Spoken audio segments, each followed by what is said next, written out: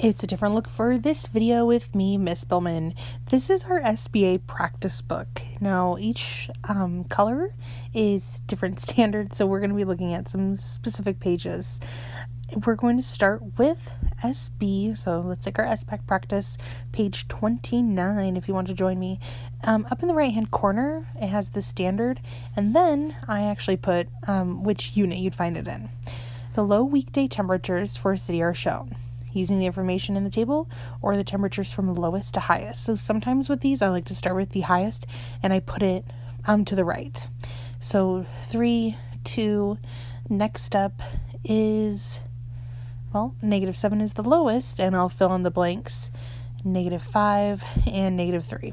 This one tried to trick you by having like a -7. Normally people would be like, oh, that's the biggest, but it's really not.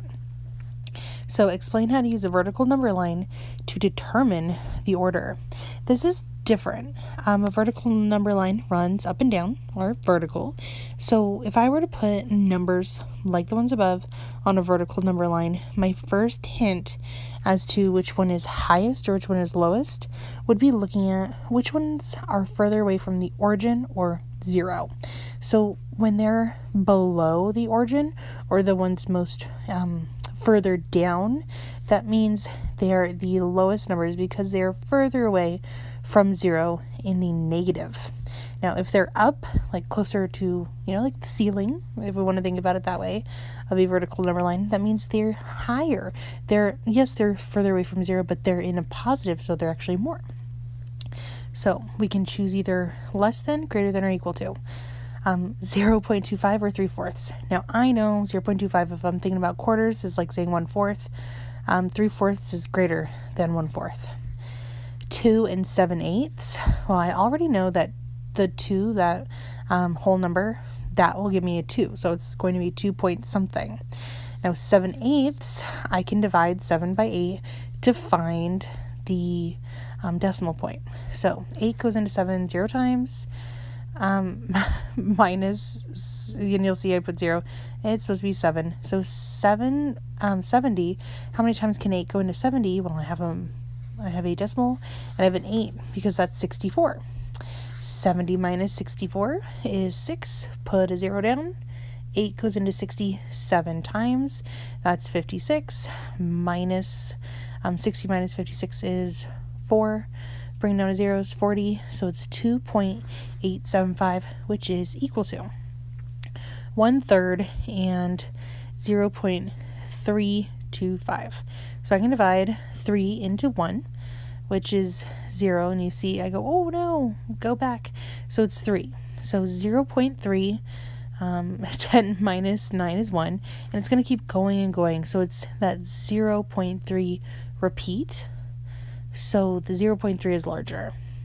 And -3/4 and -1/2. Well, I know 3/4 is greater than, but with that negative, it's actually telling me that 1/2 is closer to 0. So I'm going to make a number line so you can see this. So I cut it into fourths and I label it. So -1/4, -1/2, and -3/4. And you see the -1/2 is closer to the 0 to being positive. So that was SB 29.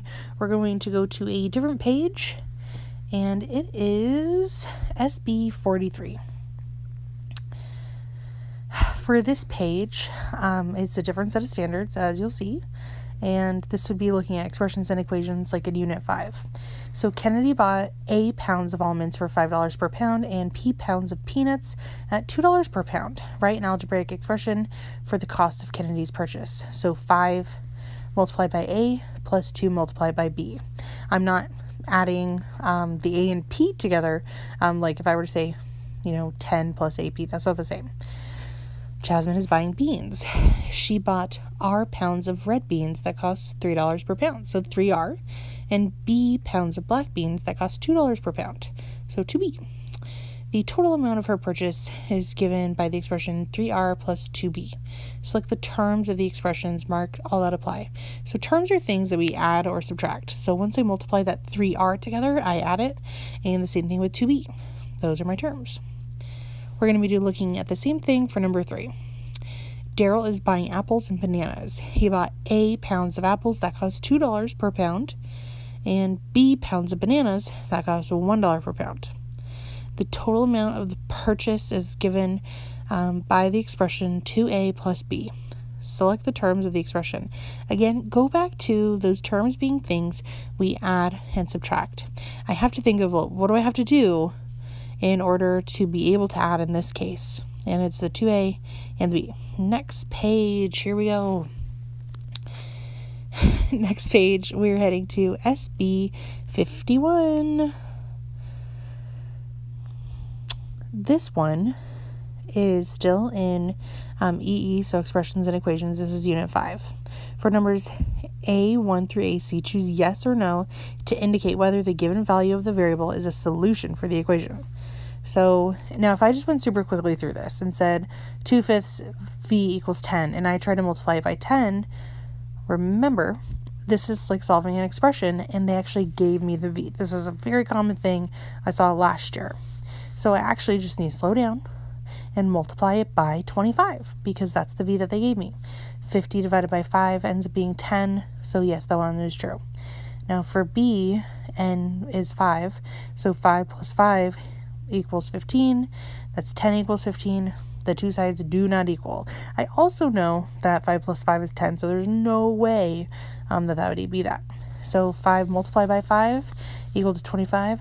That is true. So in this case, for A and C, they are yes, B is a no. The distance from third base to home plate is 88.9 feet. Romeo was 22.1 feet away from third base when he was tagged out. So like he was running and he got how many feet? So the equation 88.9 minus T is equal to 22.1 can be used to determine how far he needed to run to get to home plate.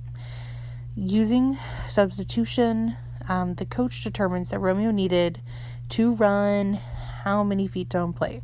I can look at this different way. So I'm solving for that T. Now this is where things get confusing. If I were to, simply try to say 88.9 minus T equals 22.1, and I subtracted 88.9, well, I'd be left with like a negative for 1. Things would get really confusing. So I'm actually going to subtract 22.1 from 88.9. And I get an answer of 66.8, which also happens to be the only one with the decimal point, so that helps. So always try to think of different ways to solve things. The maximum number of players allowed on a lacrosse team is 23. The inequality T is less than or greater to 23 represents the total number of players T allowed on the team. So it's less than or equal to. So that line underneath tells me it can be equal to. So, two possible solutions. It can be 23 or 22. If I pick 25, that's actually above. 26 is above as well.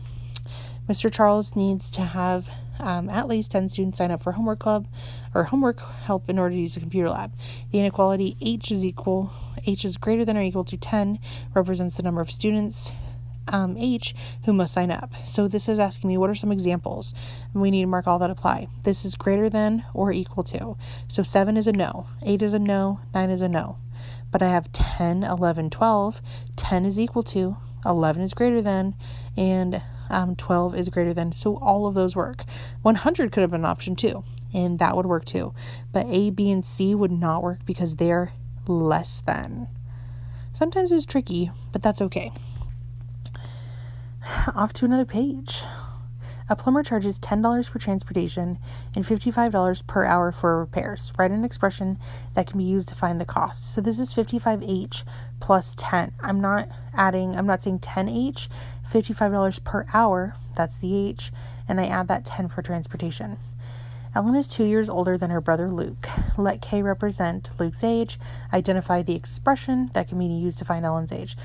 Ellen being 2 years older, it'd be that K plus 2. If I multiply it, that means I'm doubling it, and dividing is not the same. Abe is 3 inches taller than Chen. Select the expressions that represent Abe's height if Chen's height is 8 inches, or H inches, sorry. Mark all that apply. So Abe is 3 inches taller than Chen. So it being taller, I'm not going to subtract.